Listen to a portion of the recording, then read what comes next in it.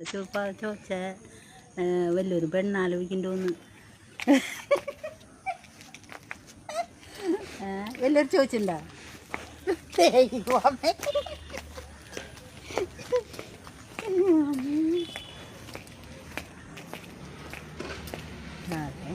ഇങ്ങനെ അത്രയ്ക്ക് അങ്ങോട്ട് ഇത് തോന്നില്ല, പ്രായം തോന്നില്ല. അതാണ് പെണ്ണാലോചിക്കുന്നത്.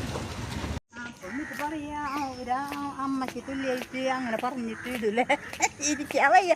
ഞാനാണെങ്കിൽ ചെരിഞ്ഞ മോന്തിയും തല ചെരിച്ച് പിടിക്കുള്ളൂ എന്ന് പറഞ്ഞിട്ട് ആ മേട ഇടയ്ക്ക് ഇങ്ങനെ ചെയ്യാറുണ്ട്, എന്നെ ചരട്ട് പിടിച്ചിട്ട്.